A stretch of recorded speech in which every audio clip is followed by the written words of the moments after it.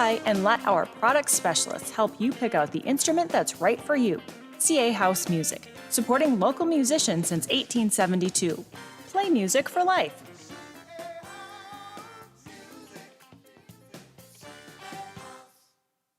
Toyotas are known for reliability, value, and our large selection of all-wheel drive vehicles for those unexpected weather conditions. Like a gas model RAV4, right now with $500 cash back. Or a 22 Corolla with $500 cash back. Or go with a stylish Camry with up to $1,250 total cash allowance. Visit buyatoyota.com and find a dealer near you. You can take cash back or apply toward down payment. Offers may vary for hybrid models. See your dealer for details. Offers end October 4th. Toyota. Let's go places. Over the years, you've brought opioids into your home. They helped when you were in pain, and you held on to them just in case. But holding on to opioids puts your family at risk. Learn more at www.fda.gov/drug disposal. This is Education Matters with Ohio Education Association President Scott Damaro. As we face uncertainties over how this new school year will go, we know there are major challenges ahead. Approaches to reopening schools will vary, but the health and safety of students, school staff, and communities must always be the top priority. One thing is certain, whether teaching online or in person, Ohio's educators are dedicated to every student's success. Education Matters, brought to you by the Ohio Education Association. As much as we say we love nature, when it comes to bugs, not so much. When it comes to trees, the Ohio chapter of the International Society of Arboriculture wants you to know that most insects are not harmful to trees, especially if their populations are small. There are exceptions to that, but don't forget, every insect has a predator that's just looking to make it a meal. So sometimes it's just good to let nature take care of itself. If you're concerned about insects in your trees, find an ISA certified arborist near you at treesforohio.org. That's trees, the number 4, ohio.org. For all of your IT needs, visit OmniPerforms.com. Omni Strategic Technologies, the only IT company that the watchdog trusts. Now, during the Jim Robinson Ford Lincoln Toyota Pre-Owned Super Sale, select from over 80 vehicles in stock starting under $5,000. Most are local trades, many with one owner. Hurry to Jim Robinson at the Highlands, home of lifetime powertrain protection. Now, during the Jim Robinson Ford Lincoln Toyota Pre-Owned Super Sale, select from over 80 vehicles in stock starting under $5,000. Most are local trades, many with one owner. Hurry to Jim Robinson at the Highlands, home of lifetime powertrain protection. Hello, everyone. From the Watchdog, I'm the Storm Tracker, Darnell Foster. With a look at your local weather forecast for your Wednesday, mostly cloudy with showers and storms. Could be severe at times. A daytime high of 75. Overnight low of 60 degrees under mostly cloudy skies. Clouds breaking for sunshine for your Thursday with highs in the lower 80s. Have yourself a great day, everyone. From the Watchdog, I'm Darnell Foster. The views and opinions expressed on the following program are not necessarily those of this station or its sponsors. I want to thank everyone today. Thank you. Thank you very much. Why is that white today? It's National Thank You Day. Today is National Thank You Day. I would like to say thank you. I'd like to say thank you. Thank you. I can't thank you enough. Give it a shot. Thank you. Thank you so much. Happy National Thank You Day. Thank you for letting me know. Oh, okay. I see what you did there. It's showtime!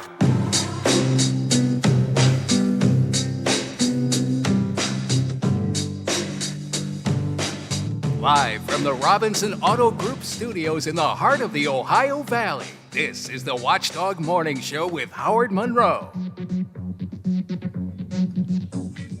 70 degrees, clear skies, Wheeling, Ohio County Airport. 69, partly cloudy here at my home studios in the Elm Grove section of Wheeling. 68 degrees at the Robinson Auto Group studios downtown Wheeling in the heart of the Ohio Valley.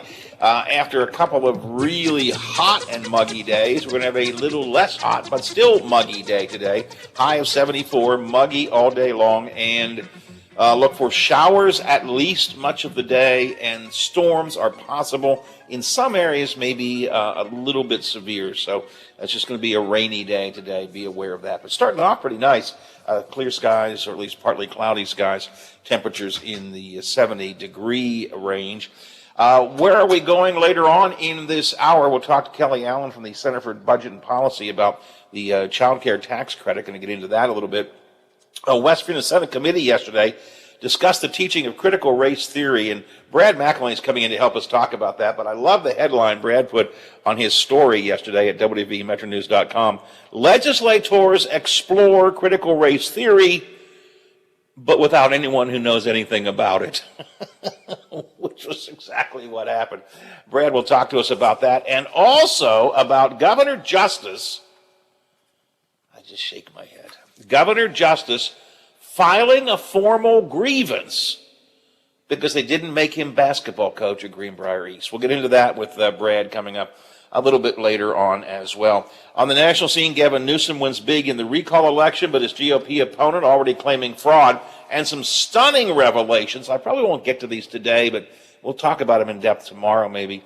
A new Bob Woodward book is out, basically claiming that military leadership and even members of the White House staff after the election felt that Trump had literally become unhinged, mentally unstable after his election defeat. We'll talk about that. If not today, we'll get to it tomorrow. The legislative watchdogs are in at 9 o'clock this morning as well.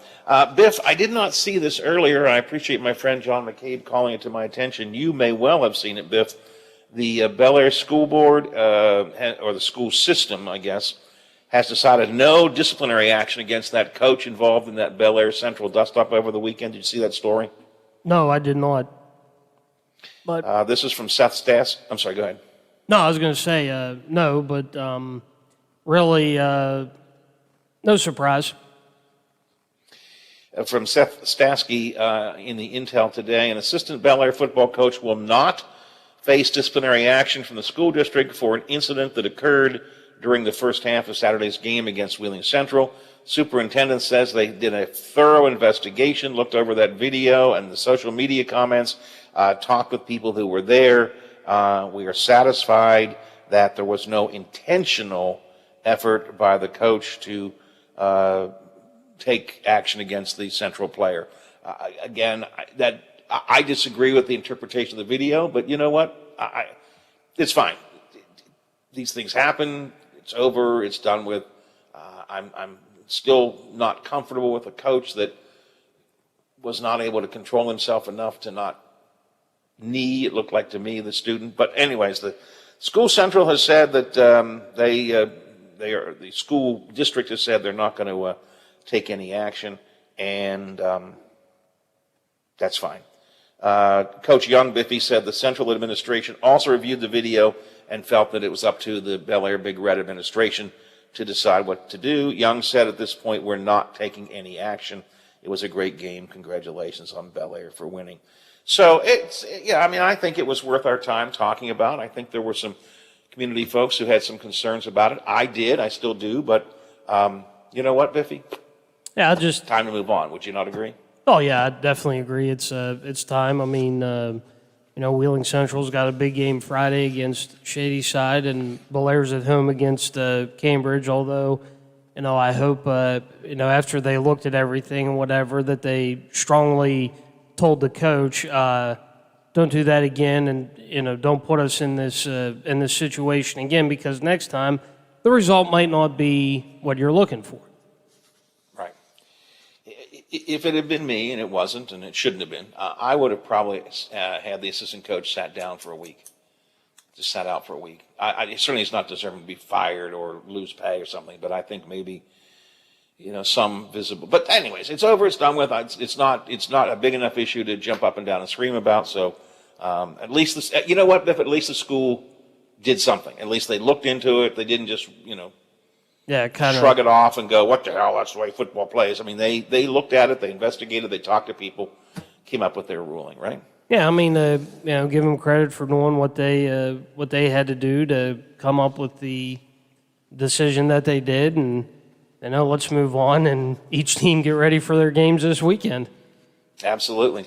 All right, 8:16 in the Watchdog Morning Show. A little behind time. I apologize to Kelly Allen for that. Kelly is with the Washington Center on Budget and Policy, and I wanted to talk to Kelly this morning about the child care tax credit. Good morning, Kelly. Welcome to the show. Sorry to keep you waiting there. That's all right. Good to be with you, and honored to hear I'm opening for the great Brad McElwain later this hour. I just love the headline on his story. Legislators hold a hearing on critical race theory with no one who knows anything about it. It's the truth. And this is an opinion of mine. You don't need to concur with it. It almost defines the legislature anymore. But I'll just leave it sit at that.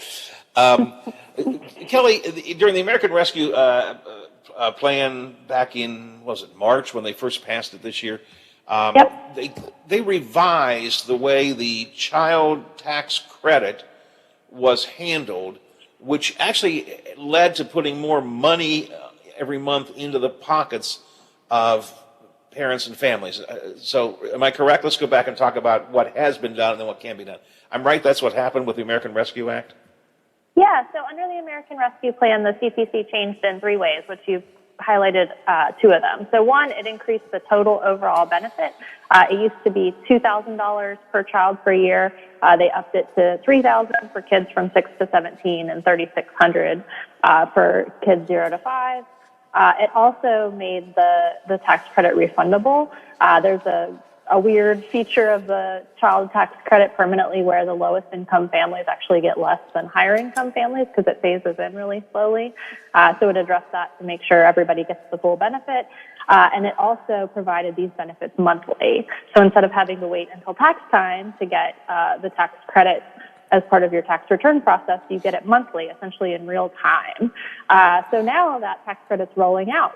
July was the first payment that households got. So we're able to see, what have they been doing with it? What kind of impact has it had on hardship in West Virginia? And we're seeing really positive results. I want to, first of all, just reinforce what you just said, because some people, I've seen people make a big deal about it. Well, they're not really giving them anything. It's just the same thing they would have gotten, except they're advancing it during the year instead of the end of the year, which is true. It's expanded, but it's a tax credit they would have gotten at tax time, but now they're able to get it over monthly periods, which is certainly, I think most of us would agree, money in our pocket every month makes daily life easier than getting it at tax time. So, but for those who think it's a big deal, I do want, yes, it is money they would have gotten anyways, expanded, but money they would have gotten anyways. Now, let me ask you, what kind of impact was there? I mean, do we have any quantified impact on the change in this in West Virginia? Yeah, so first of all, we have hard data from the U.S. Census Bureau. Basically, since the pandemic started, they have been surveying households all over the country and in West Virginia, and they surveyed households in the 2 weeks after the first tax credit payments went into families' bank accounts, those last 2 weeks of July, and found significant decreases in households saying that they didn't have enough food to eat in the 2 weeks following that first monthly payment. And we can see that we didn't see a corresponding drop in food insecurity for households without children. So I think we can say fairly certainly that the child tax credit is the driver here. Like a very quantifiable drop in economic hardship and food insecurity in the 2 weeks after the CTC payment dropped into household bank accounts. I have seen several anecdotal stories about how helpful this has been. Channel 7 here in Wheeling interviewed a couple of local folks who have received the credit and how helpful it's been to them over the course of the past many months. I've seen some statewide stories on it as well. So the anecdotal evidence certainly seems to be people are pleased with being able to, on a daily basis, survive better than they were before. So if the statistics hold up, this is one of those things that looks like it's a pretty good deal. Senator Manchin is not exactly opposed, but he's opposed to the way it's being proposed. Am I right about that? He has expressed some concerns around the refundability piece. So he has said that if folks aren't working, that they should not get the child tax credit. And we strongly disagree with that. Let me preface that by saying the vast majority of folks who receive the child tax credit have income. But I think that fails to recognize that parenting is a job. It's a really hard job. And there's also a solid body of evidence that really shows that payments like the child tax credit actually help people get to work. I mean, just imagine if there's a barrier that somebody faces, like they can't afford their piece of their child care subsidy. Yep. They, can't afford to get their car fixed. They need to take a class to have some sort of certification. Like, these are things that having a little bit more financial security actually helps address. And we actually I've seen a recent study that found that increasing the CTC by $1,000 is actually associated with a 1.1% increase in labor force participation for single moms.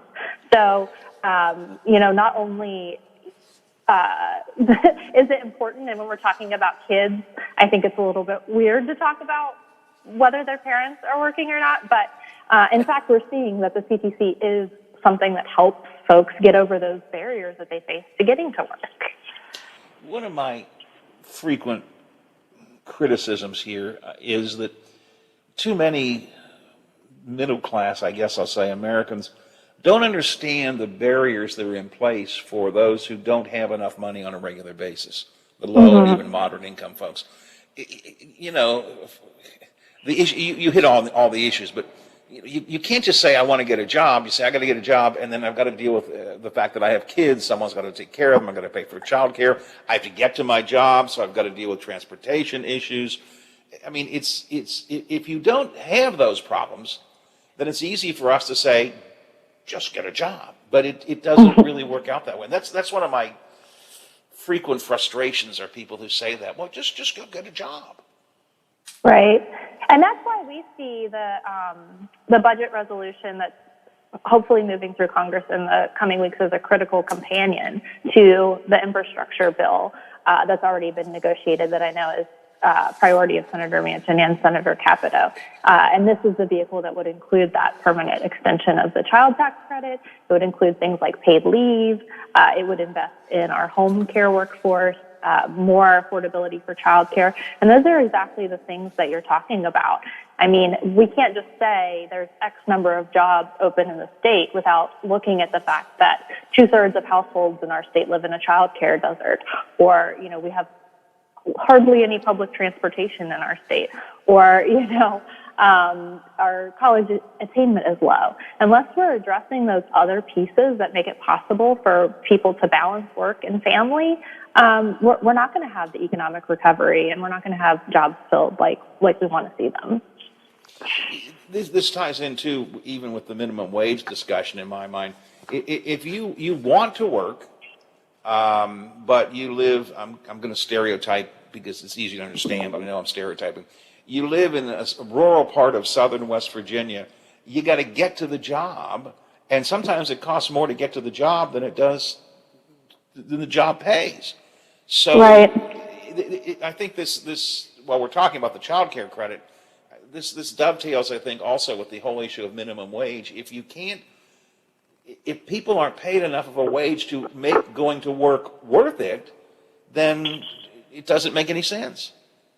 And I think that's why the child tax credit is so well suited for families, because it literally doesn't say this is only money for child care, or this is only money for you to be able to stay home to take care of your child. It is a payment that allows families to decide what their most urgent needs are. Maybe the child tax credit allows mom to stay home for a year with a new baby, or maybe it allows them to afford child care, but it allows them to make that decision based on what is most important and urgent for them. And we've also seen, I mentioned the Census Bureau data, but we partnered with Save Our Life, who's a nonprofit that helps families build savings, and they surveyed their members and found really similar things. Like people are spending them on household necessities. It might be a tutor for their kids, it might be food, it might be glasses, but this is something that's really addressing those household necessities that are getting families over the hump, like you talked about. If this is not reauthorized and or made permanent, does it go away? I mean, does this revised child care credit go away at a certain period of time? Yeah, so at the end of 2021, without congressional action, we revert back to the child tax credit as it was prior to the American Rescue Plan. So the monthly payments go away, that higher threshold, so it goes back down to $2,000 from $3,000 and $3,600, and then we cut out a lot of families who will no longer get the full value of it. There's over 100,000 kids in West Virginia that are now getting the full value this year that did not get it prior. So without congressional action, families are going to lose this benefit at the end of the year, and that's going to feel like a tax increase on them, quite frankly. Well, it essentially is, yeah. Yeah. Is this something that automatically comes to those who qualify, or do they have to apply for this? Most households will automatically receive the monthly payment. So if you filed taxes in 2019 or 2020, or if you opted into the stimulus payments that were part of previous COVID relief packages, and the IRS, has your information and knows that you have kids of the age that qualify, those payments should be automatically coming. But we know that there's a bunch of kids who were born this year, and also kids whose parents don't regularly file taxes who aren't receiving this benefit. So outreach is an important part, making sure folks that haven't had to file taxes or haven't previously, or families who have new kids are aware of the benefit. There's an old joke, money can't buy you happiness, and then the response often is, well, I'd like to try, I mean, the reality is that money is, we can talk all we want philosophically, theoretically. Cash in pocket is what makes a difference sometimes between a good life or an acceptable life and a terrible life. And again, I think a lot of us in middle-class America have a hard time comprehending that. And that's what, not just this program, but other parts of the federal relief that's come over the course of COVID has been able to do. It's been able to give folks some breathing room because it's been able to give them some money to exist on. I just hope, here's my fear, Kelly, is that we're going to say, well, we've done it, we did it, that's fine, look at that, and COVID's over. It's not, but someday it'll be over. COVID's over, and we don't have to worry about it anymore, so let's take all of our money back. That's what I worry about.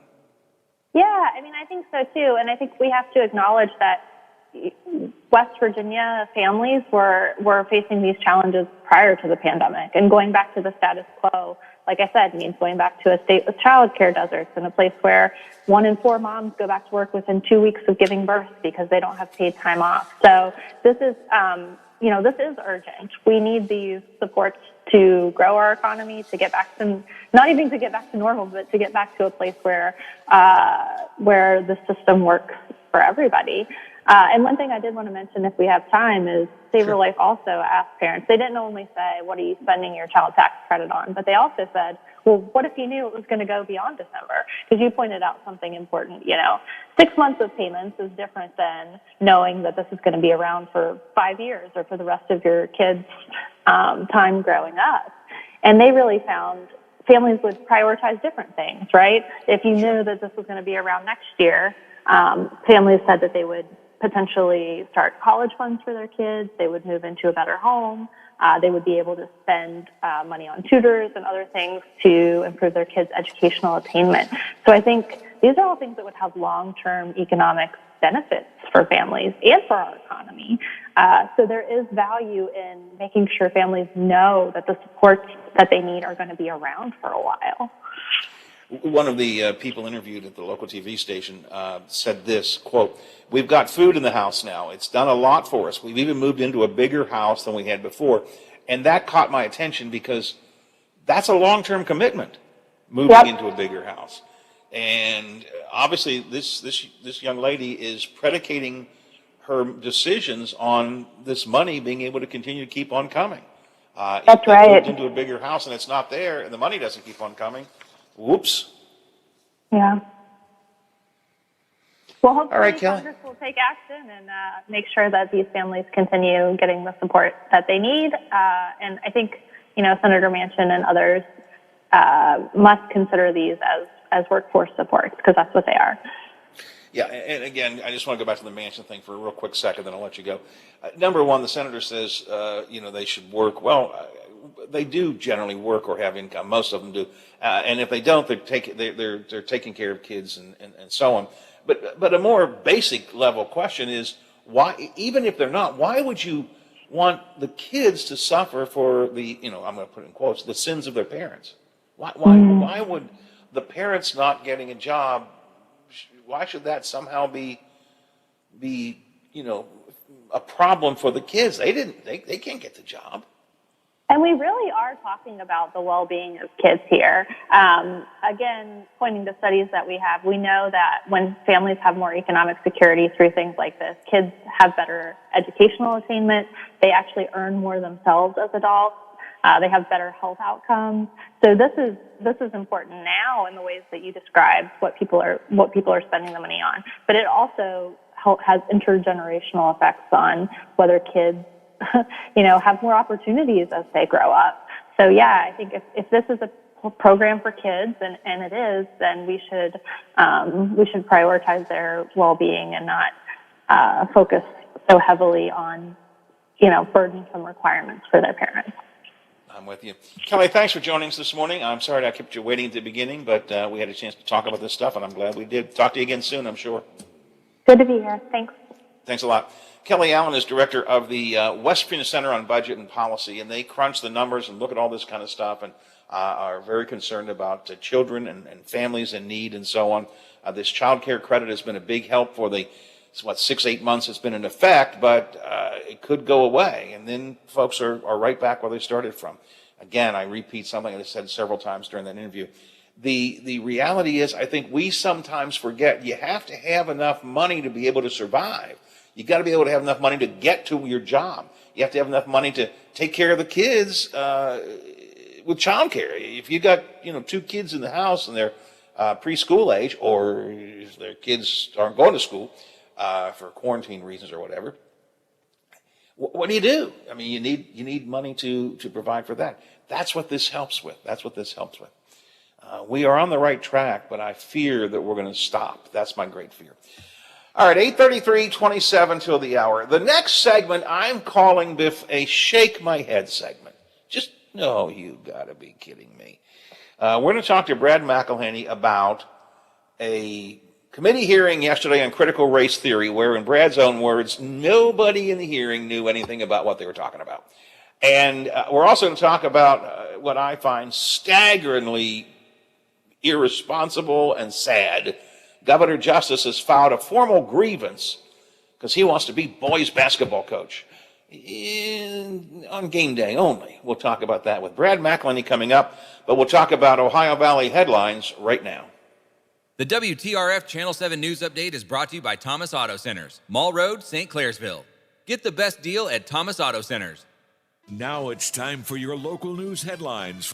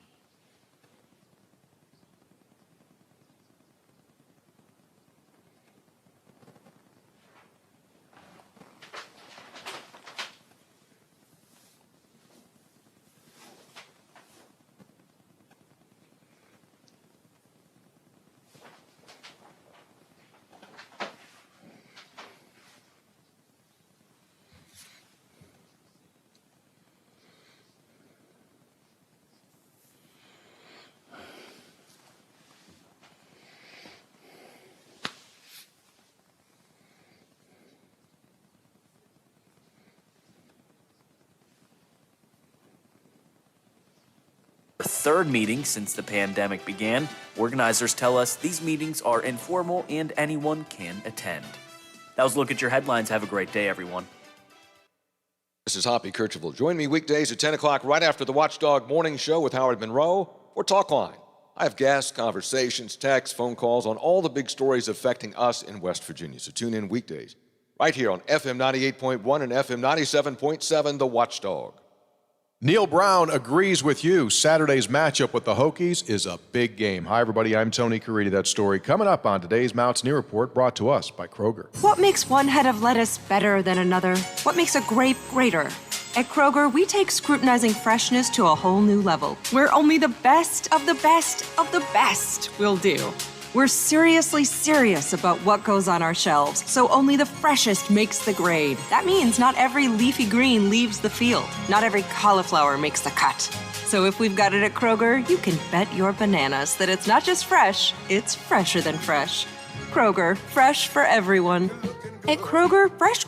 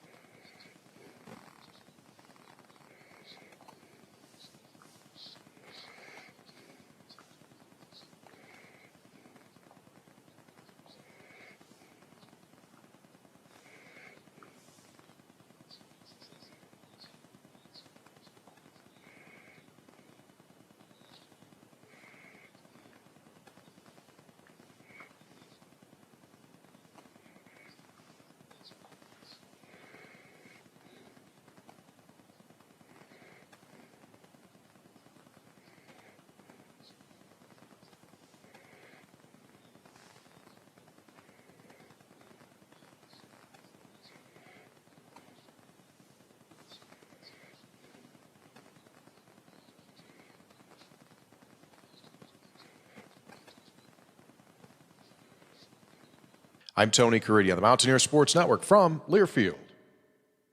Hey, I'm going to the kitchen. Can I grab you a Coors Light? Yeah, that sounds good. Huh. I never knew there was a zip line in my fridge. Hey! Hey, buddy! Yeah? You got 2 Coors Lights up there? You got it! Always brewed down to 34 degrees. With a taste as cold as the Rockies, only Coors Light gives you refreshment every time. Here you go, 2 Coors Lights. Awesome, man. Wow, these are really cold. That's the only way I deliver it. Sure, I mean, you being a mountain climber and all. Yep. You probably need a pretty warm coat in there, huh? Yep. Hey, Ben! Yeah! Ask him if he has any nachos. You got any nachos in there? No. Just icy cold Coors Light? Yep. That makes sense. It is the Rockies. Coors Light, the world's most refreshing beer. Coors Brewing Company, Golden, Colorado. With great beer comes great responsibility.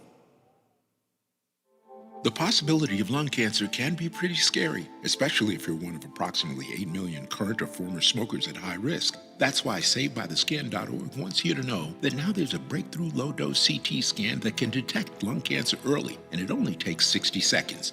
You stop smoking, now start screening. For an easy quiz to see if you're eligible, visit SaveByTheScan.org. It could save your life. SaveByTheScan.org is brought to you by the American Lung Association's Lung Force Initiative and the Ad Council.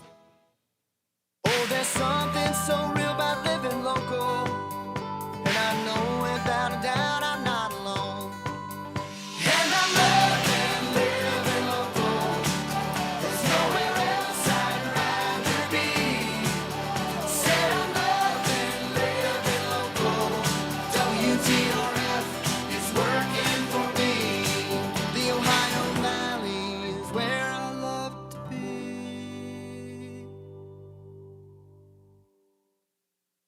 Update your exterior doors with 11% off everything at Menards. Secure your home with complementing finishes and styles from Schlage lock sets. Conveniently lock and unlock your home from anywhere with the Schlage Encode Smart Wi-Fi Deadbolt. All Schlage lock sets and deadbolts are 11% off. Get 11% off everything now at Menards. Good through September 18th. Savings or mail-in rebates. Some exclusions apply. See store for details. Save big money at Menards. Wheeling Coin and Hobby on 10th Street in Wheeling, next to the Bridge Tavern in downtown Wheeling, wants to buy any and all unwanted gold and silver jewelry.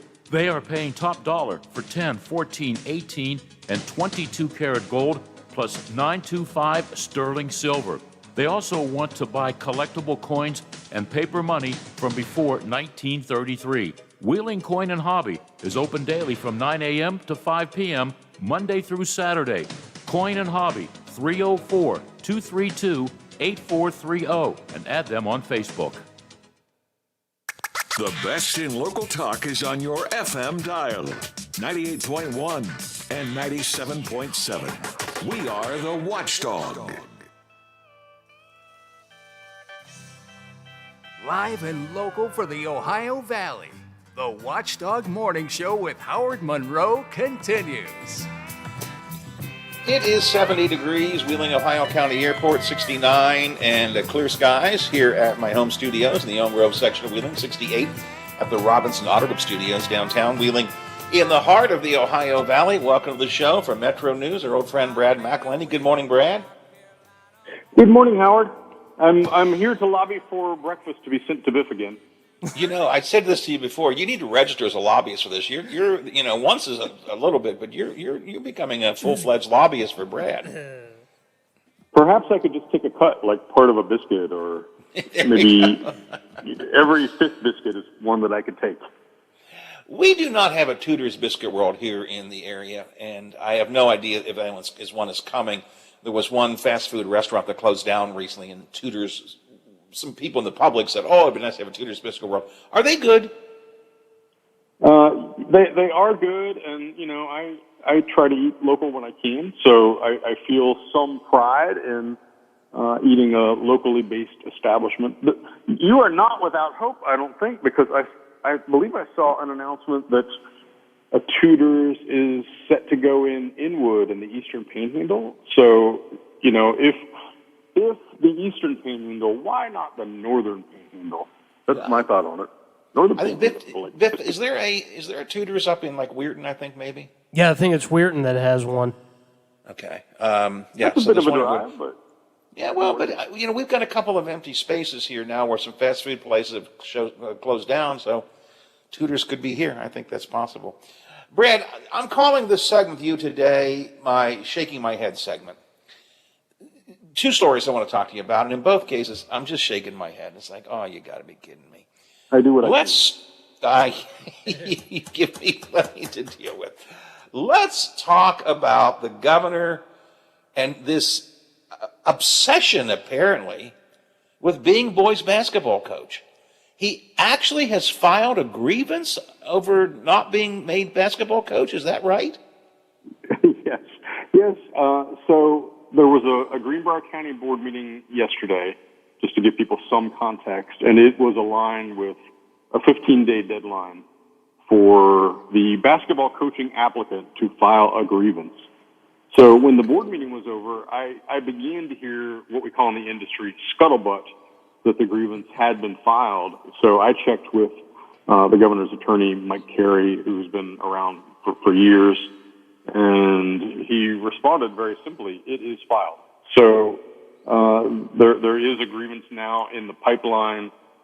What interests me not only is somebody who has a high-profile and highly responsible job, the governor, filing a grievance over not getting a second basketball coaching job. I mean, that's enough, right? But the grievance process itself is interesting in this case because the first thing that happens is a grievance would go to what in the law is called the chief administrator. And in this case, that's the local superintendent of schools. Well, you know, West Virginia being what it is. But let's see. Let's begin with the fact that superintendent's the guy who recommended him in the first place, right? Yes, and has been supportive all along. So, you know that stance already. But secondly, and I think that's where you're headed, is this is Jeff Bryant, and I don't mean to question his personal integrity, but he is in a difficult position where he's got a second job. So 2 loyalties. The second job is the entertainment director at the Greenbrier, which is owned by Governor Justice and his family. So, I don't know how this comes to a head, but that is a very interesting first step in the grievance process. The governor's been pretty open about this, so he may talk about it, but unfortunately for us, the public, the grievance process is private in its early stages. But, who knows? The governor could just talk about this. I would not have thought we would come to this point during a pandemic with the governor when there is so much other stuff on his plate, but here we are. In my opinion, it's embarrassing. The governor of your state with the fastest growing rate of COVID in the country, by the way, and with all other problems that we have, we had 2 reports this morning we were talking about. We're the least happy state in America, according to Wallet Hub. And we had a report from Trust America for Health today, guest talking to us about we are number 49 for obesity. I mean, given all the problems our state has, and COVID certainly topping them, that he will be so petty to file a grievance against the school board because he wants to be basketball coach. Now, I'm not expecting you to concur with my choice of words there, but I find that unbelievably petty. It just staggers me. When this story first arose, and how long has it been now? 6 weeks? I thought, all right, the citizens of West Virginia know that he coaches basketball, and that did not appear to be a concern for the voters at the last election. I mean, he won by a mile.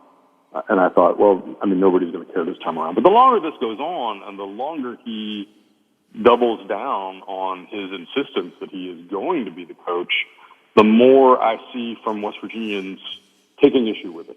And I understand that my social media may not be a reflection of everybody, but I think you're onto something that, just the insistence and the fact that it's a second team and the pandemic as the context really seems to be bothering people. Well, and I think the governor did himself no good and did himself a lot of harm when he made it very clear out loud he really wasn't going to be the coach. He was going to be the game day coach. I mean, he said that. The assistant coach will really do the work. I'll just be there on game day. And he said that. I believe he's repeated it a couple of times now. I think that's the really irritating part. Wait a minute. You don't even want to be the coach. You just want to be game day coach? But the assistants are going to do all the work? Am I not right, Brad? Did he not say all those things? He did say that. He told Metro News' Carrie Hudasek that when she said, how are you going to strike this balance? And that was his explanation, that he would need to lean on his assistants quite a bit. And it seems like you would need to, take governor off the board for a minute. But if you're in the season and you've got girls' games maybe away certain nights of the week, then aren't you going to miss the boys' practices? Or the other way around? It just seems difficult to handle no matter what. And, I think that is a major issue locally. If you look at it from the perspective not as, can the governor handle this, which is a legitimate question, but from the local perspective, is the coach going to be there for these players who need, full-time life and coaching advice? That's a significant issue. Now, the supporters of Governor Justice, including the principal and the athletic director, and one presumes the superintendent, along with the governor's lawyer, Mike Carey, who sent a letter to the board, they talk about Justice's coaching record, his track record of success, his winning record, and that is all true. It's undeniable if you look at, just the winning percentage. But it does leave out this proposed methodology to not be there for practice To my mind, watching from the outside, unfortunately, the actual school board members who have rejected his candidacy for this position haven't verbalized why. They haven't said really why they object. And maybe they're worried about, the possibility of litigation or just being part of a hornet's nest. But I think that is a legitimate objection that a fair-minded person would see. Well, what are you going to do about, the important behind-the-scenes stuff of practice? And it hasn't come up so far in Brad, the public official discourse. he said what he's going to do. He's going to let the assistant coaches do it. I mean, he said that, right? I mean, he's on the record. It's recorded. We've put it in our stories over and over. The Gazette Mail has cited it. But I guess I'm saying that exists sort of in the public journalistic interview realm, but I can't see where it's been an official part of the track record of the hiring process with the school system. And I think that, if I were giving them advice, which is not actually my role, I would say, maybe you ought to bring that out and truly question whether that is a significant part of the job and whether he could get it done. Brandon, I want to shift gears, but before I do, I want to walk through this appeals process because, as you point out, the first thing, he's filed a grievance. It first goes to essentially the superintendent who has recommended and has supported justice in this position. So he begins, frankly, with a bias, who works for the Greenbriers, their entertainment director. So I'm going to make an assumption that he will probably support with the governor. It may not be, but I'm going to make that assumption. So what happens at that point? It goes on, right? The appeals process will then go on? Yeah, I guess so. That's where I'm a little confused. The way I read the law is if you lose that first stage, then you can move on to either the second or the third stage, which is either mediation or some form of arbitration, or that would be the second stage. Or you can just jump to the third stage, which is an administrative law judge. And apologies to everyone for getting in the weeds of the appeals process. What I'm not sure is, if the board loses that first stage, I don't have the expertise to tell you if they can then appeal to the second or third stage. But I see it lining up potentially the way I think you do, which is unless the superintendent recuses himself, and maybe he ought. Possible, I guess. Yeah. It seems like a slam dunk for justice because the superintendent is already on the record as being supportive. So then does it even get to the second or third stage? And, I have not often covered these grievance issues. So I'm not totally sure about that. I mean, if you wind up with Dale Lee or Fred Albert on your show, maybe ask them where these things go. But I have trouble kind of mapping out in my head, well, where does this wind up? The ultimate stage potentially is along the fourth or fifth step is Kanawha Circuit Court, because that's where the seat of government is. So if you got a grievance against government. The governor wanting to be a basketball coach. Listen, I need to shift gears because I got to take a few minutes to talk about this other story here. I love your headline. Do you write your own headlines? I do. That is, back in newspaper days, you could always say, I don't write the headlines. That's copy desk. I don't have that same level of a shield. Like, yeah, I wrote that. I loved your headline yesterday. Legislators explore critical race theory, but without anyone who knows about it. Because it actually seemed to be what I heard and what I read, that pretty much seemed to be the case. Critical race theory, which is a GOP talking point, and you hear it all across the country, it popped up in the Senate. Was it the Education Committee? What committee was it? It was the Joint Education Committee, so it was senators and delegates. Okay, the Joint Education Committee. And walk me through this. So what was the deal here? So critical race theory has become, I never heard it before this year, but it's become a hot button issue, particularly on cable news, and legislatures around the country who were still in session, maybe in the spring, began to consider legislation that would essentially ban its presence in public school systems. Which And isn't West in Vir- many public school systems anyways, and it's not in West Virginia. It's been around for 40 years, but just became hot button.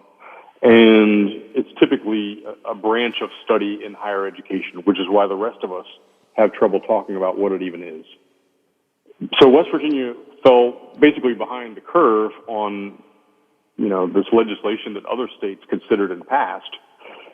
And so now it's coming around again, and during legislative interim meetings, which is an opportunity to sort of study and learn things and have discussions and ask questions, this was on the agenda yesterday. And it caught my eye because so much has happened around the country.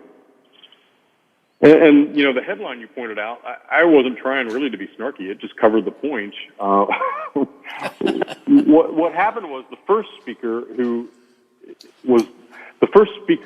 presented is the counsel for the House Education Committee. And I mean, she just got stuck with this, I think. And she acknowledged openly that she is no expert on the topic and had essentially read about it online, occasionally cited Wikipedia.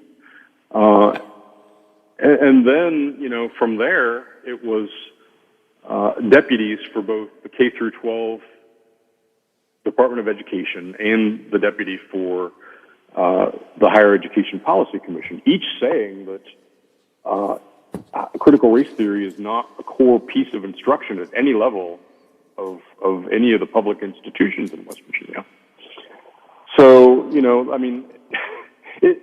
from there, it's kind of hard to explain, but it just was, there was nothing to hang anything on. I mean, nobody knew anything about it. The only thing that they did know is it's not present to any official degree in the public education system or in the public higher education system in West Virginia. But it continued on, with some of the senators, in particular Eric Tarr from Putnam County and Mike Easinger of Wood County, insisting that it is there. So it was very awkward. Critical race theory has become the phrase that is used to actually represent the teaching of racism as part of our society. I mean, the truth of the matter is the GOP doesn't really talk. They use critical race theory not in its true intended form as an academic pursuit, but it's a stand-in phrase meaning too much attention being paid to racism in our society. That to me, I think, is very clear. I loved Delegate Hornbuckle, I think, who was kind of like trying to figure out why are we, what's going on here? And that's absolutely what he asked. He said, is there an issue here? So, and he directed his question, I mean, typically the questions of delegates and senators are aimed at, in these meetings, they're aimed at the official person providing testimony. But in this case, he said, he directed his question at Senate Education Chairwoman Patricia Rucker, and he said, is this okay? Can I just ask you why we're even here? And she said that we're here to define and explore the status in West Virginia schools. And, the result essentially failed on both points. Nobody was really able to define it except for what Wikipedia says. And then the other two providing expert testimony said that there is no status in West Virginia schools. So, sometimes you have to get down to brass tacks and ask, the basics of what are we even doing here? Why are we here? Delegate Hornbuckle did that. I have to run, Brad. Time is out. I wish we had more time. Azinger called it a Marxism being taught in our schools and recommended reading a Mark Levin. It was just a really bizarre hearing. I may pick up and talk more about it tomorrow, but I got to go for right now. Thank you for the assistance today, and if anybody wants to pick up on your lobbying, Biff is hungry as always and could use some food. Thanks, Howard. Breakfast for Biff. Talk to you later. Brad McElhenney from Metro News. I'm done. I'm way behind time already. The Watchdogs are next, Hoppy at 10, and Biffy, I'll see you tomorrow morning at 7 o'clock, yes? I will be here. We'll keep on doing it till we get it right. That can be a long time. ABC News already well in progress. The Watchdog is FM 98.1, AM 1600 WKKX Wheeling, FM 97.7, AM 1370 WVLY Moundsville. The ABC News is brought to you by Thomas Auto Centers, Mall Road, St. Clairsville. Get the best deal at Thomas Auto Centers. It's stuff like this. All right, sorry I kept that so long, Biffy. I wanted to get a few things there at the end. I hate to run that late. I don't mind running a few seconds late, but a minute late is bad. All right, have a good time with the Watchdogs. I'll be in a little bit. If you need me for anything, I'll be down there. All right, talk to you later. Thanks. Bye. Restrictive new abortion law in the state of Texas, arguing the bill prevents women from exercising their constitutional rights. You're listening to ABC News.